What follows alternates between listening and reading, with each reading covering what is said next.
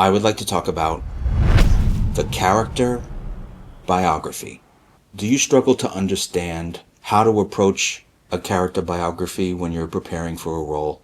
Or worse yet, do you have doubts about whether or not a character biography will have any benefit whatsoever? In this video, I would like to set the record straight about the character biography, talk about how it can be misunderstood, and clear up any confusion by sharing what I learned about how to effectively approach this powerful tool. So let me begin with the biggest misunderstanding that I believe is out there about the character biography. A biography of the character is not just an arbitrary collection of heady and uninspired facts.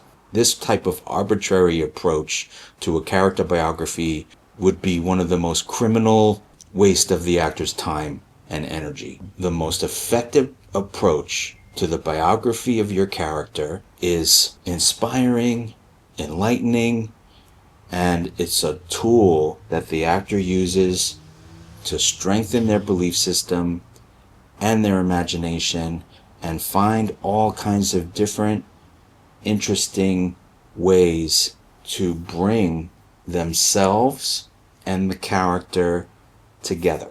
So let me start from the beginning to help clear up this confusion. How do you approach a character biography in a way that's not just arbitrary? The first thing is to remind yourself, and this goes back to something that the great American theater legend Harold Clurman said about directing.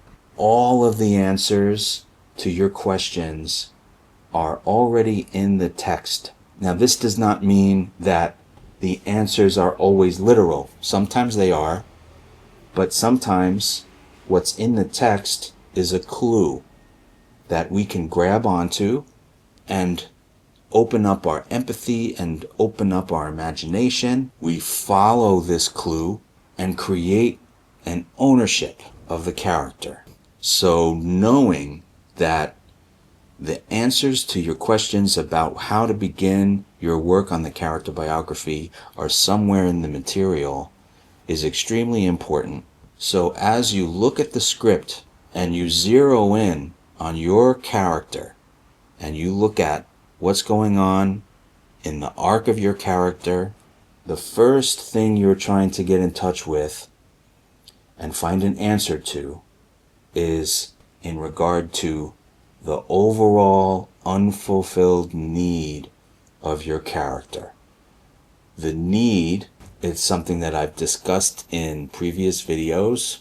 I recommend you check out my video on need, public persona, and tragic flaw. The first step is to understand your character as a three-dimensional human being. The need is the first most important ingredient.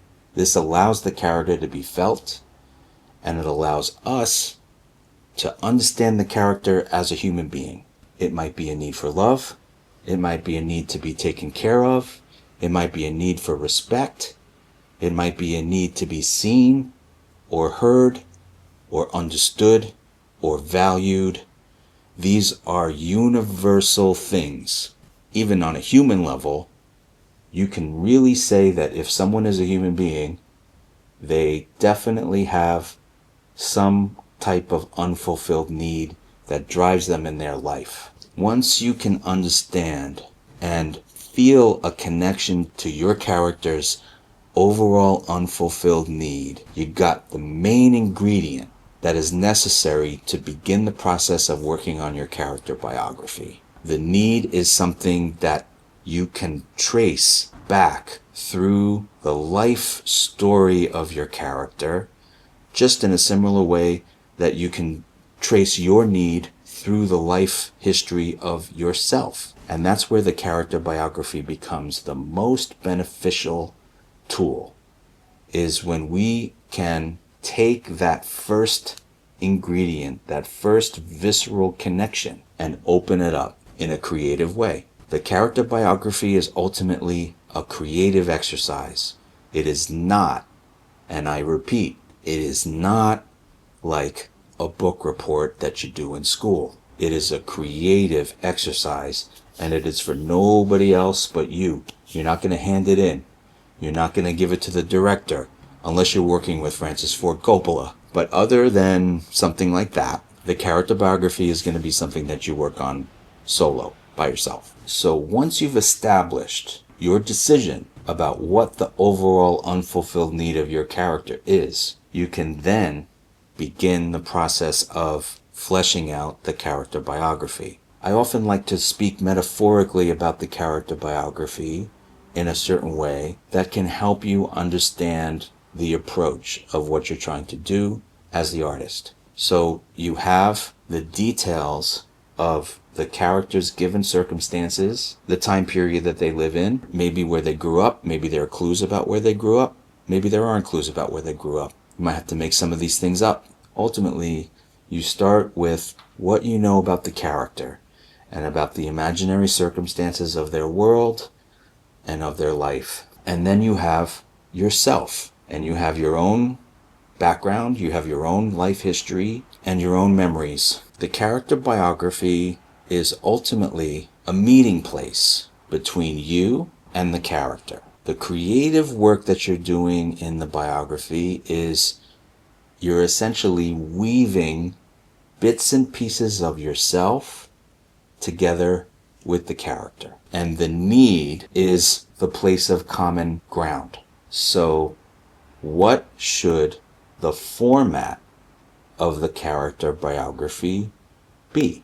Ultimately, there's no right answer to this question. There's not just one way to approach the character biography in terms of the style. I have my own personal preferences. The way that I like to approach a biography is first person, as if maybe I'm writing in the character's journal or in their diary.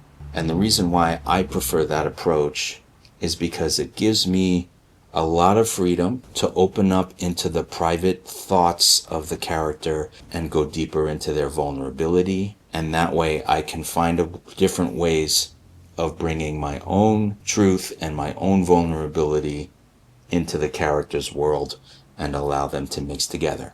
Now, what if your history, in terms of literal events and things that influenced you in your life, what if they're different from the character? For example, if you're going to play James Bond, you would know that James Bond is an orphan. What if you're not an orphan?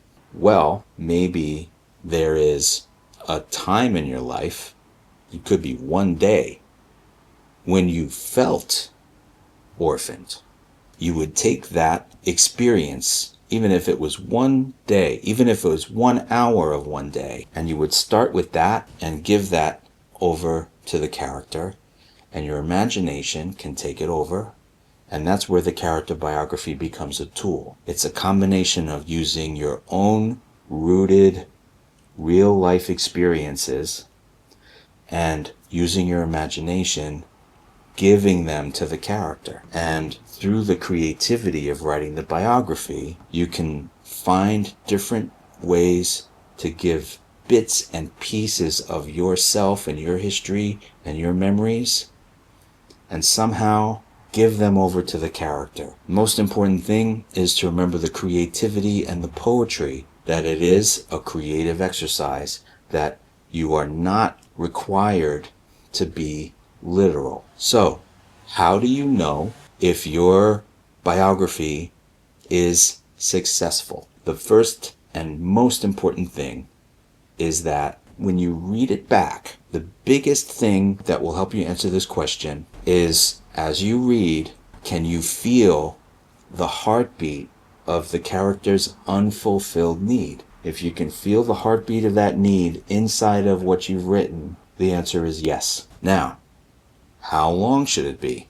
I like to think about the character biography work as something that never has to be finished.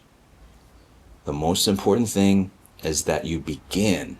There are countless times where an actor has gotten a job and they didn't have any time. Maybe they had a week or a few days to do some work and plug some stuff in and get themselves prepared to show up onto the set. In this case, a couple of pages of the character biography can get the ball rolling and can set all kinds of things in motion. And then you can continue to use it as a tool each and every day, especially if you're on a film or a television show. How many hours do you have to sit in your trailer waiting around for them to finish setting up the lighting for the scene? You can use that time very wisely and continue to work on your character biography like you're writing in your journal in character. It's also important to keep in mind how powerful beginning this process of weaving yourself and the character together in this biography work, because what it does in your unconscious is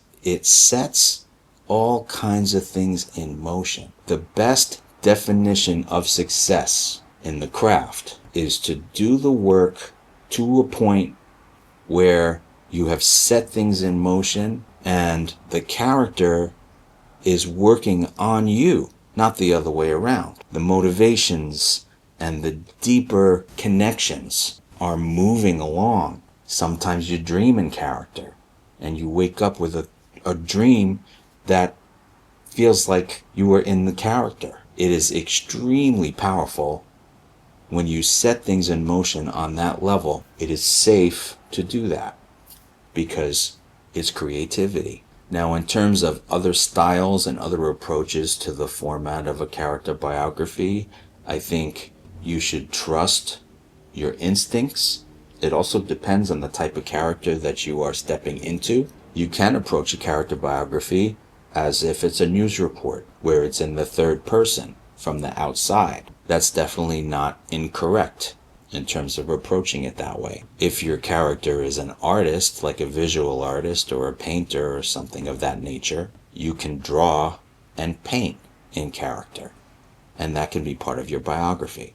There's no limit and there's no right or wrong as far as how to approach this incredible tool. What has served me the most in my experience as an actor and as a coach is that you must begin with something concrete, and that must be something visceral that connects you to the need of the character. Once you have that, you're home free. I hope this helps set the record straight on any confusion that might be out there about the power of the character biography. And I wish you the best of luck when you have a new character and you embark on the journey of your character biography.